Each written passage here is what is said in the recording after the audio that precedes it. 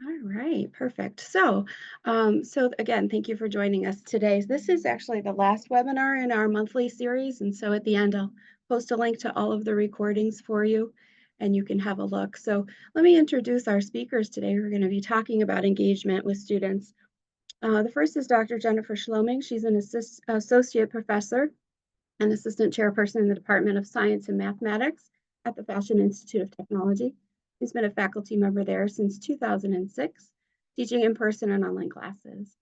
Jennifer integrates technology to personalize and customize her courses for a more engaging student experience. She's presented for SUNY Online numerous times, showcasing easy strategies for professors to integrate into their courses, and she's been a guest author on our SUNY Online Teaching blog. Jennifer is also a 2019 SUNY Online Teaching Ambassador. Dr. Trevor Johnson-Speigelman is an associate professor of physics in the Department of Science and Technology at Finger Lakes Community College. He taught his first online course in the summer of 2017 and has taught in person, online, and remotely in the years since. He's also served as the chair of the assessment committee and co-chair of the hybrid learning committee of the FLCC Presidential Task Force on reopening during the pandemic. Trevor advocates for increased professional development for professors in both hybrid and remote teaching skills. He's also passionate about creating online courses that ease students' burdens, and he has created numerous YouTube videos for lab experiments, as well as develop low-cost lab kits so students can perform hands-on experiments at home. Trevor is the 2021 SUNY Online Teaching Ambassador. So I want to welcome you both, and thank you so much for spending your time with us today to share your experience. We're going to start there. You can decide who's going to share first, and then I'd love at the end to have a conversation with the group to talk about what challenges you all face in online related math courses and what has worked. So I will stop sharing here. And welcome to Jennifer and Trevor.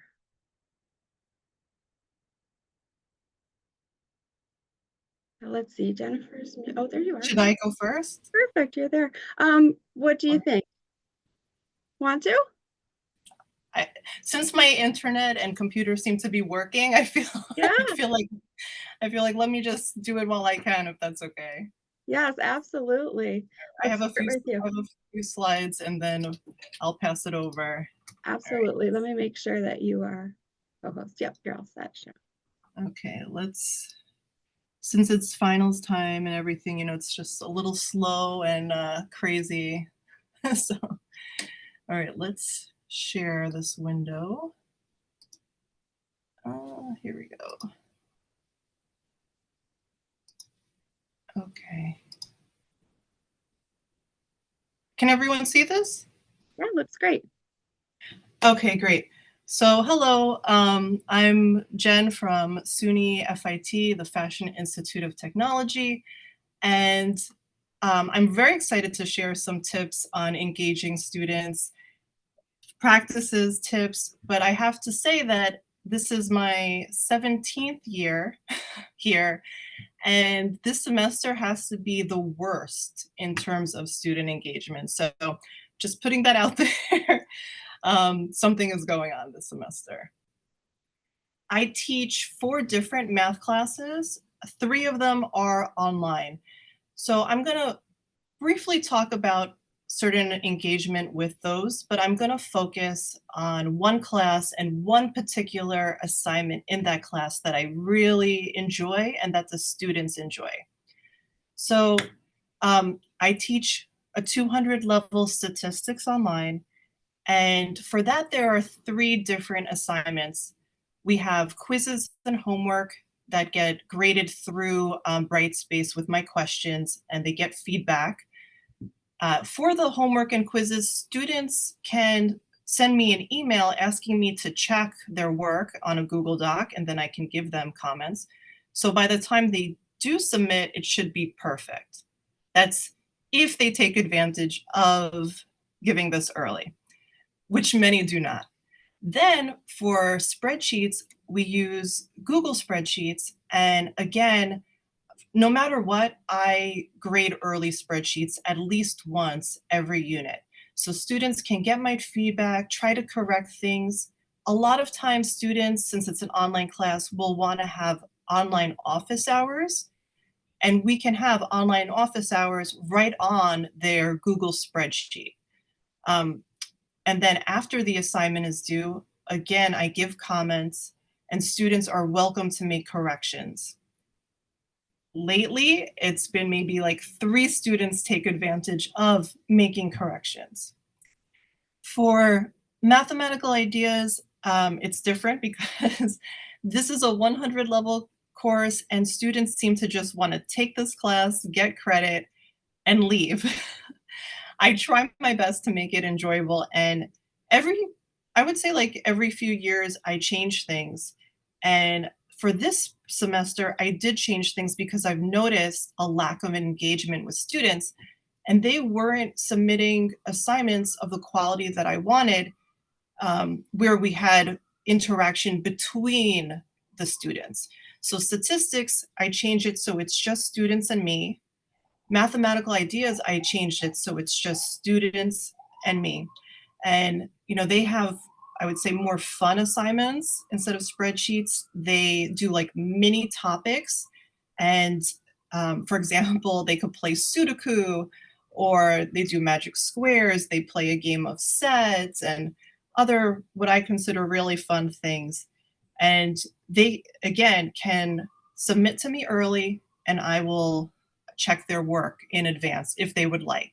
And for mathematical ideas, there is a Google form assignment where no matter what, I check early and I email individual students saying, oh, you got this question wrong if you want to resubmit, just to get them engaged with the class and remind them. All right, so just wanted to show that. But geometry and the art of design, I have 3 assignments for each module, but one of them is unique in that it involves looking at classmates' work. So I'm going to talk about that. Okay. And for that class, I use Padlets. Students usually have no issues using Padlets. I like Padlets. I don't have issues with it.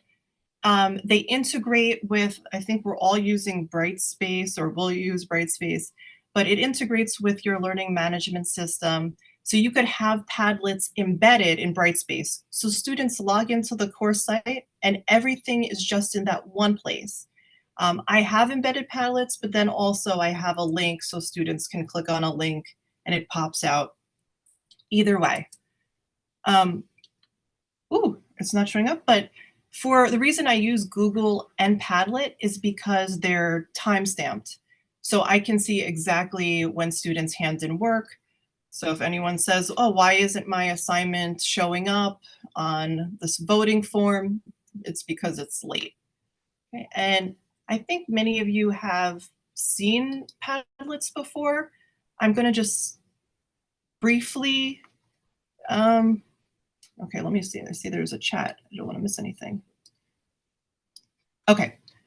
Okay, so for Padlets, you can do so many cool and different things. It's going to show a little bit of examples on this site, and you'll have my presentation so you can look through it later and get different ideas. I use Padlets in my graph theory class and my geometry and art class, basically like this bulletin board that you're seeing here, where students showcase their work. Now, it's very, I would say, user-friendly, easy to use, integrates, like I said, you highly recommended. And for our school, FIT, every student and every teacher has an account automatically for free. But even if you don't have an account, you can still use Padlet, and students do use Padlet anonymously. So let me get back to here. All right.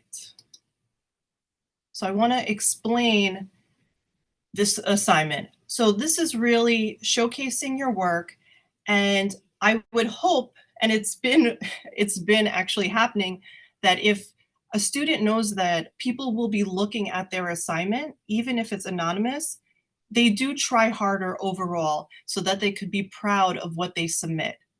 So that's one thing I do, is that the fact that other students are looking at their assignment, I get better quality. And then there's the possibility for extra credit. So there's some bribery also going on where to get the students to try harder. After I finish sharing my screen, I'll show you some of my in-person assignments that I get from students, because this is the time where they can get extra credit on exams and by the other classmates vote, and I'll explain. So they have the chance to really do as much work as they can, put in enough effort, and they can get up to +1 on every assignment, just from the effort that they do on the assignments. And then there's a winner of each assignment voted on by the class. So that's another +1 that they can get. So on every one of these creative assignments, students can get up to +2 on the next exam. So before the semester begins and during it, I post examples from previous students of high quality assignments, just to get them motivated and see what's possible. I try not to give them too many directions, because I want them to be creative in their assignments. But there's also a course fact post that I have with other examples, and students sometimes email me asking again. They're like, oh, I really am stuck on this assignment. I can't think of anything. Can you send me some examples from a previous semester? And I do. I have, around this time, around final time, students fill out a Google form for me, and they tell me whether or not I could use their creative assignments to show students in future semesters. And a lot of them say that I can do that. So here is a sample Padlet, just to give you an idea. And everyone here said it's okay to use it. I'm gonna see if I can make it just bigger for you guys to see. Let's make it bigger. So this one was isometry. They can do anything they want, and you can see different letters, because the students have the chance to either sign in using their account for Padlet so that their name shows up. If they don't, then they put their name somewhere on the Padlet post. When it's time, when I grade it and they do the assignment correctly, then I change to letters. So it's anonymous. Okay, so you can see there's letters here, A, B, C, D. And when I have a voting form, it shows just the letters. Okay, but students are welcome to have their name if they want. And sometimes people put it on their assignments. So you can see some, students, I think, do a really great job. There are some students who every single one, they spend, over an hour doing work on these assignments. And then you have some that don't. But this is the chance that they do what they want and hopefully have fun. And then students can see, wow, I really liked what that other person was doing. This one I thought was really cool. They were inspired by a deli store bathroom floor in Queens. So they post, and everyone can look at this.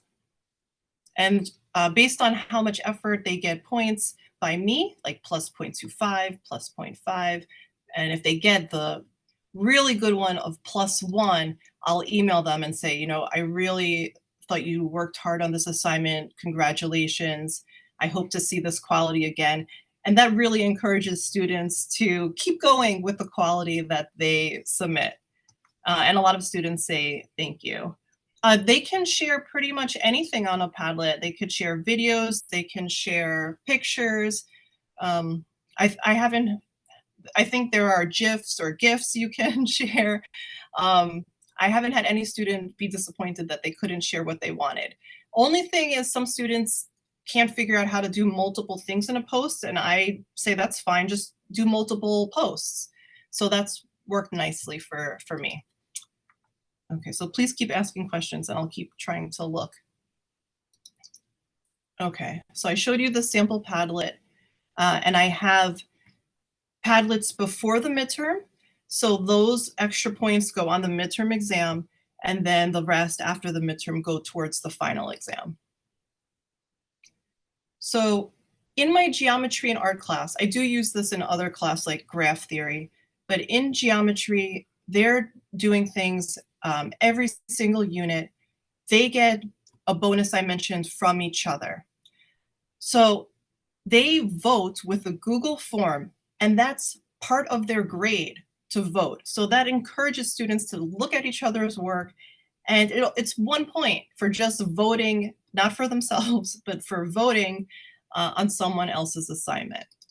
So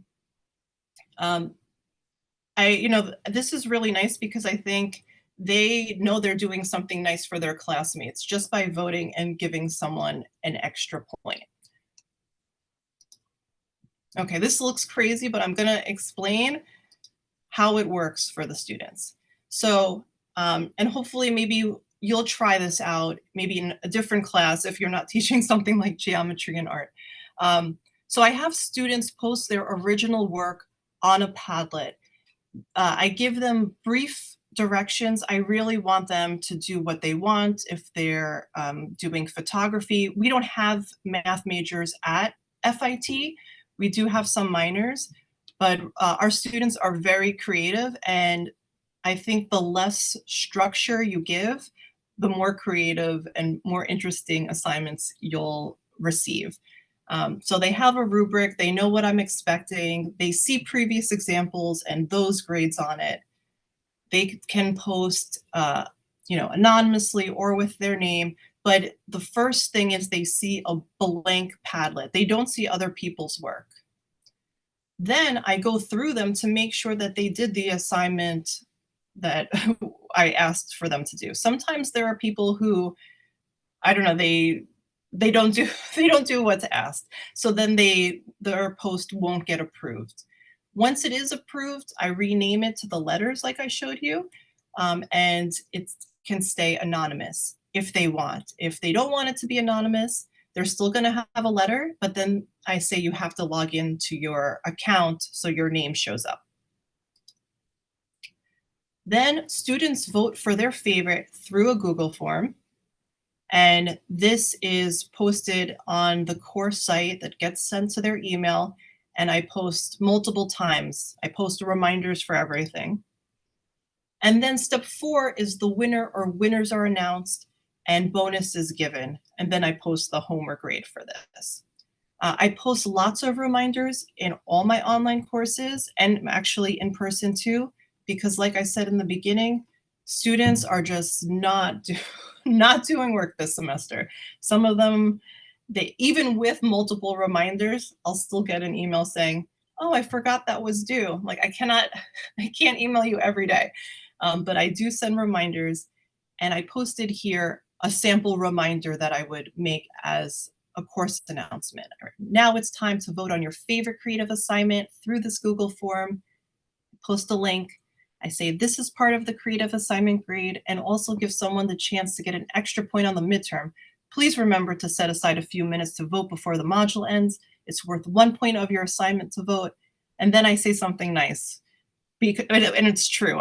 Usually there are wonderful assignments, and I end in a positive way.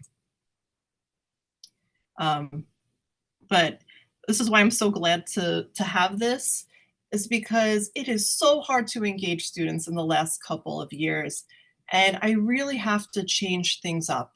I ask students for feedback every semester in all my classes, and then I decide what I need to change, if anything, based on what my students are doing or not doing. The main thing is not to give up because sometimes you really want to.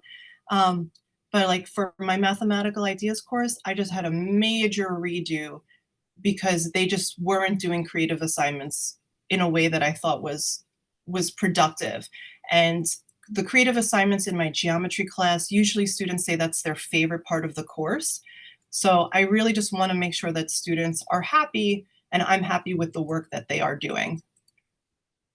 And this should be this is the last thing. But I really try harder and harder to engage my students. There are so many different reasons why students are engaging or not engaging. And I feel like I'm doing as much as I can, so I know it's not my fault. I'm doing everything I can to get them with reminders, with the way I structure assignments. And one thing that I've done, which has been really amazing for new ideas and just tips from other faculty, across SUNY and other places, is these free Lumen circles. And they're usually no cost for SUNY faculty. I think I've done 4 of these Lumen circles, just different topics, like one of them is student engagement in an online class. One of them is I did OER and OER something like that. I've done so many. I just find them so useful. You read some literature on effective practices in teaching. You watch some videos, but most importantly, you learn from other people what works and what doesn't work, and suggestions. And on the presentation I'll give you, there's a link to Lumen circles for you to look at different.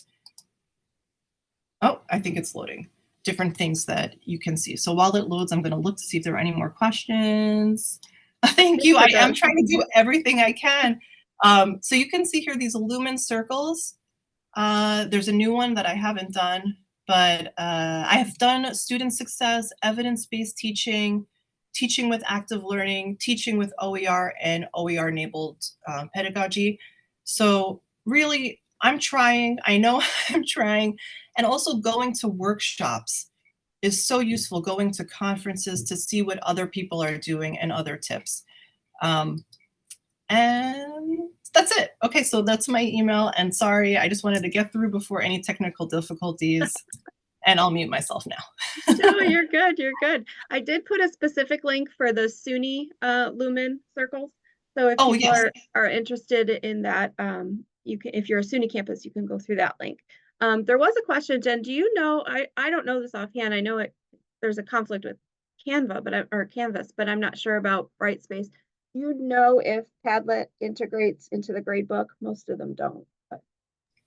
Oh, I don't use it integrated through the gradebook, but I have to say I really dislike Brightspace gradebook, and I'm having so many issues and drama with it that I have my own spreadsheet, and then after I do in my spreadsheet, I manually enter into Brightspace.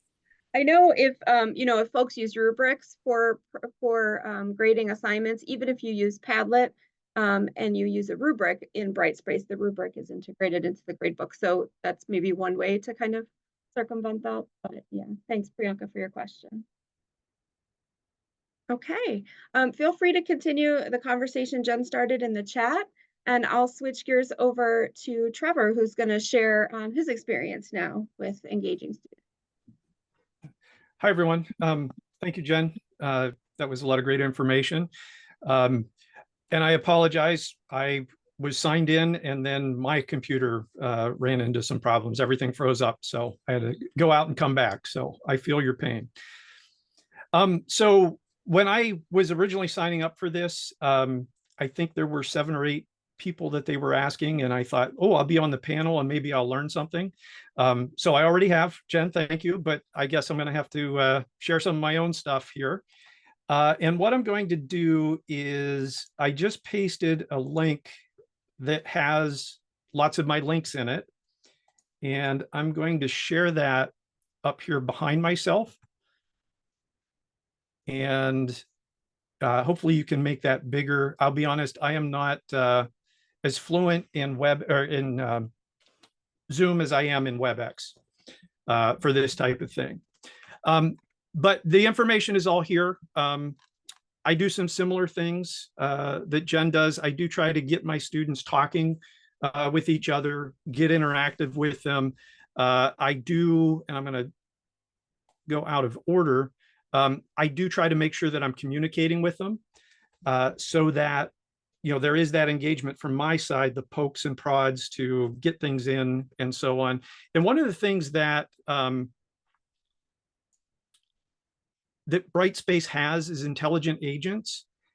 I've heard good things about them, but I have not implemented them myself to help automate some of that process. But I do try to go through and look at my grade book and say, hey, you're not quite there yet for things. So The links that I have in there, feel free to jump around in that. Don't be distracted too much during class for that. But I actually want to take you into Brightspace and kind of show you what I have. And I do this for my in-person students, my HighFlex students, and my online students.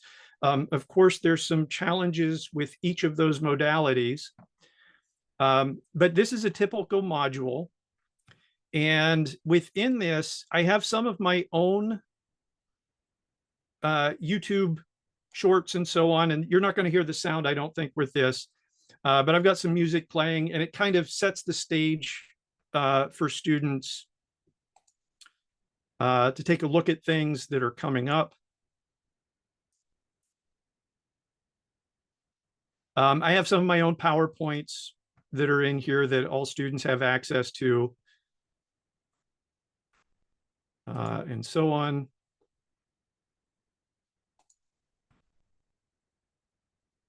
Okay, and then one of the things I do is I have links out to things that students can do, so it gets them interacting with the material, hopefully engaging with it a bit. This is one that a great retired professor has put together where you can actually move things around and you can kind of see what's going on with it. Now, one of the things that I am not as up to date on as I would like to be, and part of this is because I'm still learning Brightspace and I've spent a lot of time doing that. But I also want to go in and make some follow-up to these activities so that students can talk to each other, maybe put a link to a discussion and things like that for it. So let's see.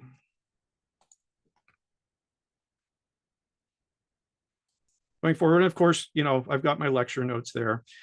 The other thing that I have is a website that can take students out. And then within this, this is not graded. This is actually publicly available. Students can go back to last semester and take a look at things and work their way through. This particular one doesn't have any interactive materials in it. But let's see.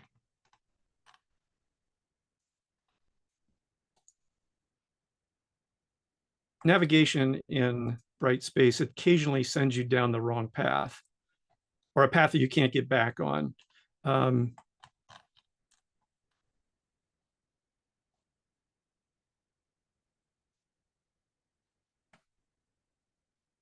Here's where I want to be.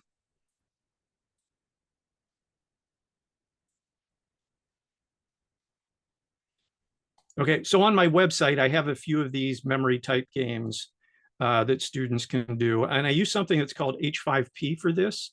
So basically they can go through and try to match the, and of course, I'm not going to be able to do it today. So let's see. So basically they can go through, there's no points, there's a timer so they can get better at it. So they can learn the units and things like that that they need to. So these are all kind of one-way things to get students engaged, doing something beyond reading a textbook and so on. But the other things that I try to do, in my forums, I have a forum right away that gets students to talk to one another, to ask each other questions, to kind of break the ice on there. I think that's one of the SUNY recommended practices. I won't say that I came up with that myself. But that gets students in communicating with each other a little bit. And then I have a forum for each chapter and a forum for each lab. And with the labs in particular, there are some of them where I will say, okay, they have a lab kit. They shoot a projectile, try to hit a cup with that. And I say, you know, take a video of your most impressive shot. And I've had students shoot it from a barn. I've had students have their kids. In fact, one of the students, you know, I was expecting a 2-second video for people to put up. A student went in and made like a half-hour video where he was working with his kid and shooting the marbles into the cup. And he was asking the students or his kid about it. And he had realized somewhere in the middle that he had made a mistake with his units. And he asked his 5-year-old kid, he said, what's one of the things we need to keep track of when we're doing these problems so that we don't have a measurement that's too big or too small? And the kid started thinking a little bit, and he said, something unicorns. You have to be careful with the unicorns. So that got the student involved. That was kind of funny with it. But that gets students, kind of sharing other things with each other that they might have done if they were in the classroom together, but when they're all over the place, it makes it a little more difficult. I also just have a general forum. Students want to talk about, hiking in the Adirondacks or wherever they happen to be, they can put things there. And I also have a suggestion box that I do have as anonymous. So students can say, hey, it would be great if we do this. So I'm kind of seeing those things as we go through each semester. Okay, so it looks like Aaron just put things in here. The H5P has lots of different things you can do. Again, my favorite is the matching game, but you can make flashcards. You can do have spots for students to take notes and so on. I'll be honest, I haven't used all of these, but I have done things with finding hotspots, drag and drop to put things in the right order as they're going through, and so on. One of the other things that I try to do to get students interacting and engaged, like Jen said about giving students lots of attempts to get through things. I have a lot of homeworks, but with each homework problem, using Cengage for that, students can, they get 5 tries. I tell them after the 3rd try, step back, put a question in the discussion forum. And I do get lots of students going in there with those types of questions. I give them some guidance. I say, don't just give the answer because everybody's question is a little bit different, but put in what you've got. And then if somebody can jump in, they can help with each other. And what I often find is, especially during my summer classes, is a student will post a question at midnight and another student will answer that question at 2 o'clock. And then when I get up as an old man at 5 o'clock in the morning, have my coffee, I can finally get to the computer about 7, and then somebody's already answered the questions for me for that. Likewise with the quizzes, I give them 2 attempts, and then I do exam corrections where they can go in, tell me what the problem, they show me which problem they had. If they can give me the right answer and a good explanation for it, I'll give them a point back towards that. Okay, and I do have weekly announcements that I send out. I remind them of exams and tests. I try to do an introduction to each module, and I have on my calendar and I have a note on my phone, check your email, so that I'm going in continuously so I don't forget about that online class when I get involved with all of my in-person classes. And at the end of the day, drive home tired. I was like, oh no, I've got other students that I need to take a look at with those types of things. Okay, and it looks like there were 1 or 2 questions in the chat. I'm not going to go into any more detail of anything there, but if anybody does have questions, I will certainly. Sure, I'll stop you for, there's just one, Trevor, that we haven't kind of captured yet. Any tips on getting authentic interaction on discussion boards? Amanda says that her prompts are low stakes, could post something interesting, a question from the module, but she has seen an uptick in AI produced posts this semester. That's a good question. I am starting to run into that AI stuff. In fact, I've done a couple of presentations about AI, and I think on my screen back here, I was thinking of making some more open-ended forum discussions about AI or using AI. Nikki, I believe it was yesterday, had said about AI was a great way to build those questions. I don't know what the right answer is, other than 3 more years to potential retirement. But no, actually, one of the things that we have talked about in the Fact 2 group for AI and so on has been, rather than ask questions like, here's a question, give an answer to it, ask more questions along, what do you feel, or, what does this make you think about? how might you use this in your own life? So a little more metacognition rather than just spitting out an answer for it.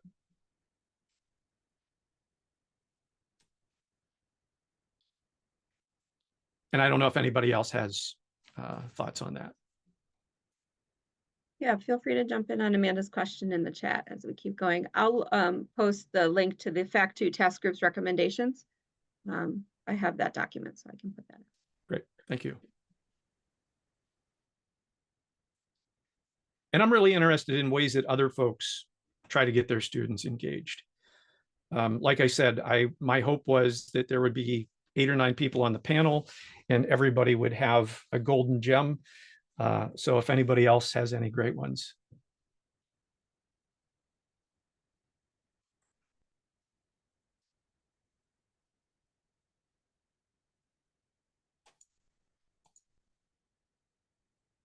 I do see Matt put in Lumen, he does 2 tries and then they get it wrong.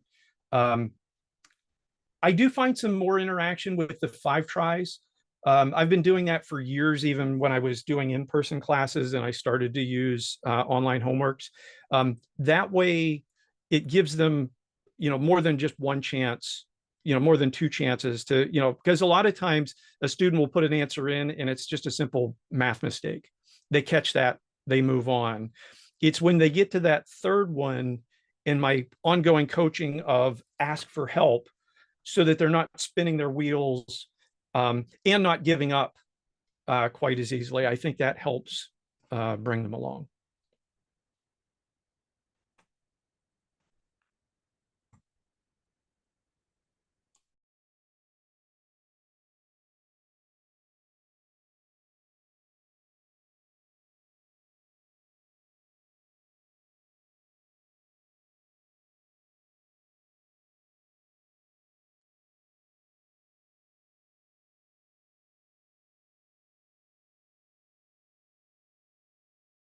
Yeah, that's a good point that Donna made too. Personalizing the questions more makes it a little difficult to use AI. So not just kind of what you said, Trevor, not just asking the question that immediately elicits the answer. Yeah. Great. Can I talk on that for a second? Absolutely.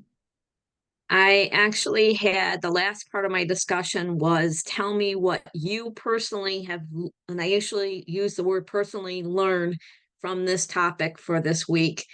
And there were beginning prompts to, some of the things that we talked about. And the person that took it and put it into AI and brought it back in, they didn't even read it because the last part of what they put in there that they put in for the discussion said, this was AI generated. I have no personal experience. So they didn't even read what the AI had generated for them. They just copied and pasted in. So if you put those little key words in there, your personal experience, what things like that, when they copy in an AI really can't answer it. So they get things like that. So even if they use AI, they still have to revamp it to make it work for what they want to say. So.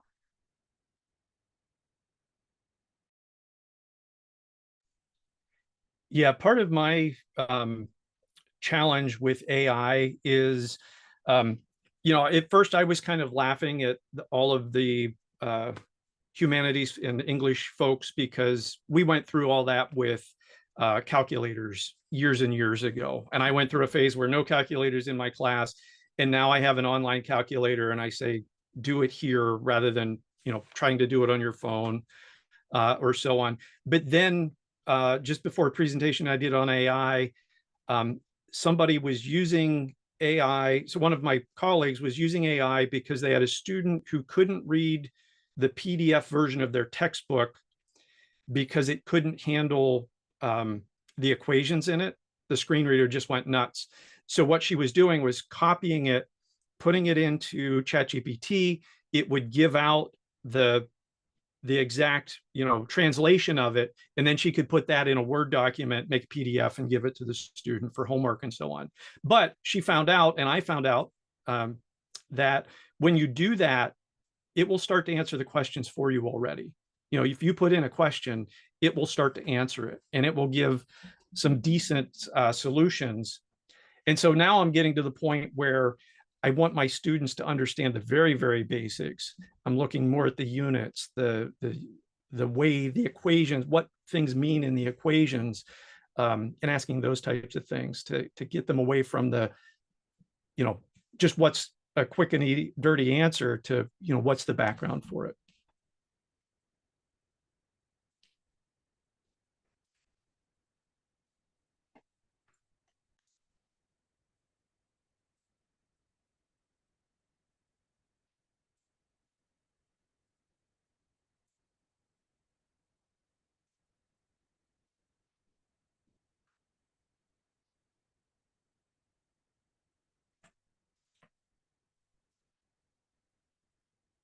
So it looks like Jen was asking about online exams and so on, or I'm sorry, Lee was asking, it looks like Jen wrote some things with that. I used HonorLock when it first came out, or not when it first came out, when I first learned about it. In fact, one of my YouTube videos, that's the driver of students who are looking how to beat HonorLock, and they find out, I showed them a video of what it looks like behind the screens for it.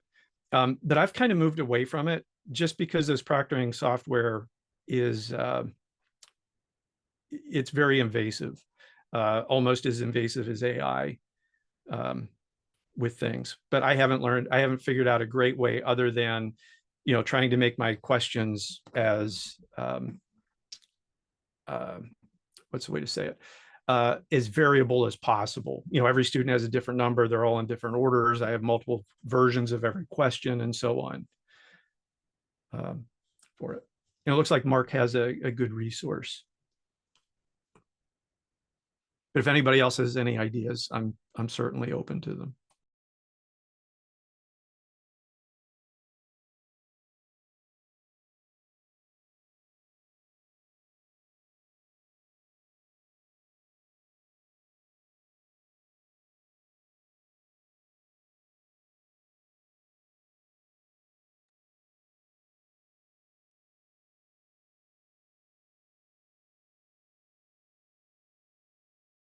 These are great suggestions. Thank you for that.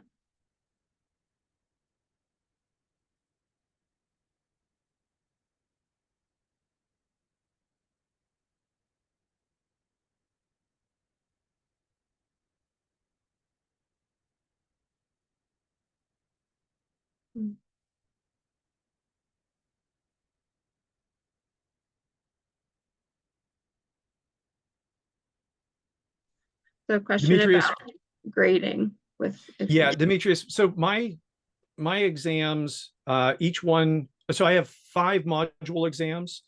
They're worth 40% of the grade and 10% for the final, which is somewhat high stakes, I guess, as I look at it, but I do have it spread out over the semester for it. With the way AI is progressing, that is something that I'm going to have to think again for it. My labs are 25% of the grade, but I'm starting to see some AI involvement there as well. All right, that's similar to what I have in person. I have all the exams together, including the final, are 50%, but I drop one of the tests. But in person, I just give them multiple choice, which is relatively easy to transfer to online. I'm just curious about that percentage, which sounds like that's not unreasonable. Yeah, that's where I got over the years for it. I am thinking about it, but I don't have any big motivation to change it at this point, other than that, realizing how difficult, how easy it is for a student to just say, hey, hey, ChatGPT, what's the answer to this?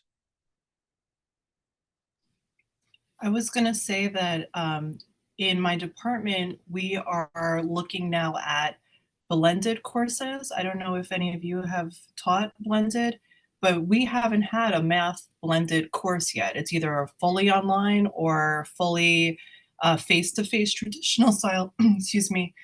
And I'm really going to push to have this balance where, the instructor, at least at our school, what I hear is it's up to the faculty member to decide based on what class, what is best for the students. So whether it's, every other week meeting in person, or something different, maybe the first half. For me personally, I feel like every other week would be good to have the students in person, especially that would eliminate any online exams. All the exams I would make sure would be in person. So I'm very excited about this. Another faculty member was saying, we should just do this. This is the future, is to move away from fully online due to AI. And, students rather have blended than in person. So it's like a nice compromise for everyone, hopefully.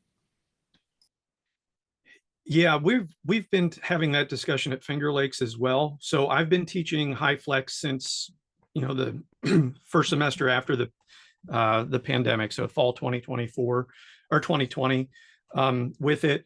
And one of my classes I did take from HighFlex back to hybrid and had them come in once a week, and I was giving my exams there for that. But I had so many students that were driving an hour, which I do every day myself, but they were driving an hour, they didn't have a car. So there's a lot of accessibility type things when you make students come in.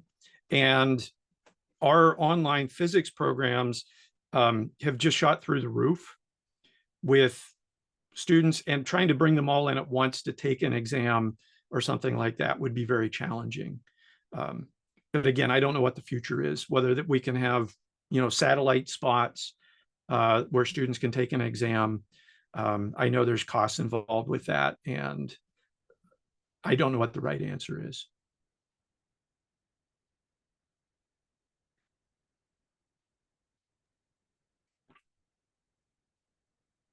There are a couple more questions in the chat, comments too, so please feel free to respond to these folks.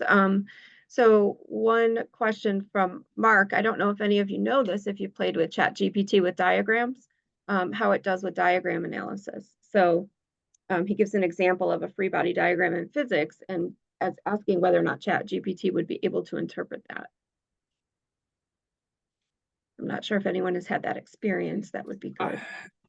I have not tried it that direction. I did ask a question, and I'll be honest, I don't remember what the question was, but it tried to draw an ASCII diagram. I think it was breaking vectors into components, and it, for what it was, if it was 1989, it would have been fantastic.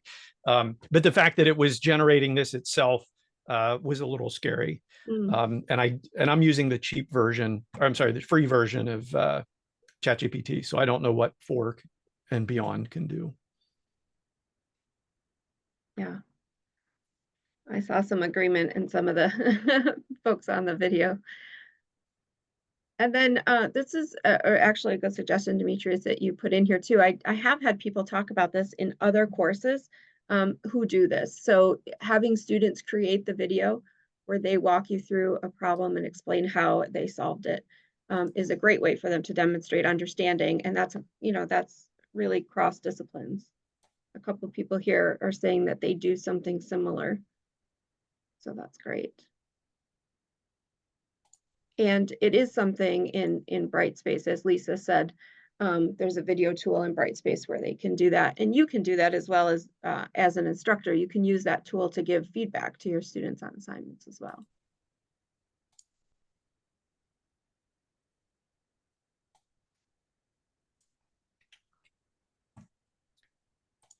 So for the person who said about Honor Lock, that's a video I made several years ago that shows kind of students what we see on our end. I haven't used Honor Lock for a couple of semesters now since we moved to the other one. But feel free to take a look at that, and feel free to share it with your students if you'd like. And I have had students, take pictures of their work and turn it in. I'm also trying to look at what are they called? OneNote classroom notebooks, where students can write on their tablet, or they can take a picture with their phone and put it in. And then that gives me a way to look at it, and I can look at each individual student's work. which is one of the areas that is a little tough to see just what students are doing work-wise.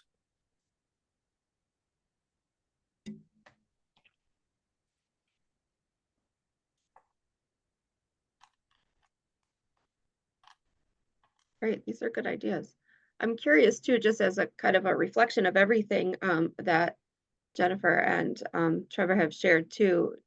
We were talking a lot about video and tests here toward the end, but does anyone else use Padlet or use those discussion forums like the introduction and kind of getting to know you? Do you have success with those kinds of things? Does anyone use H5P? I think that's a great tool actually for building interactives, and you can embed them right into your course modules.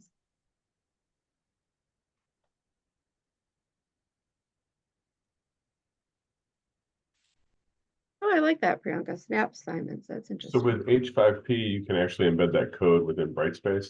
Right. Yes. Yeah, now I put it onto my own personal website. And there's some levels with H5P that have changed over the years, but since I had my own website, I can do it there, and then I can actually take the code from there and embed it over. But I think you might have to pay a few bucks a month to build it in the H5P environment on their hosting, and then copy it out from there. But it's pretty impressive.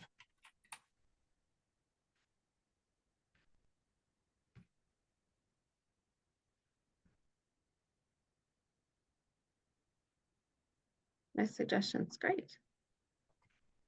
So I'm looking at the time. I want to be cognizant here. I know folks have to run, so I am going to just pop up a closing slide here, but I just really want to thank Trevor and Jennifer for leading this discussion for us and really launching us with some of the things that you are doing in your courses. Give us some things to think about for how we might be able to do this. This is a problem we all have, student engagement.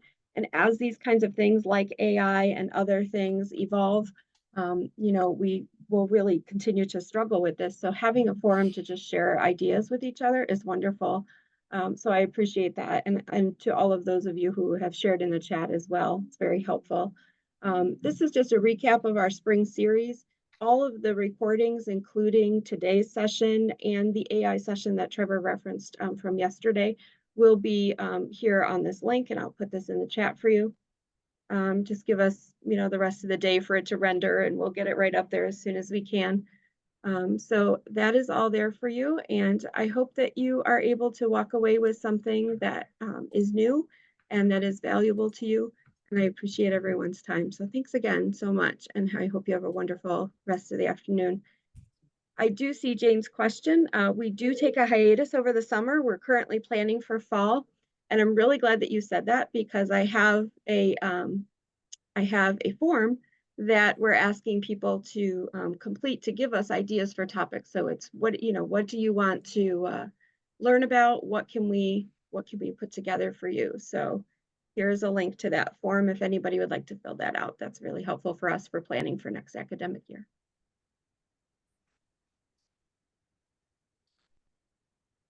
Okay. Right. Thank you all for coming. Thanks very much. Have a great day. Thank you.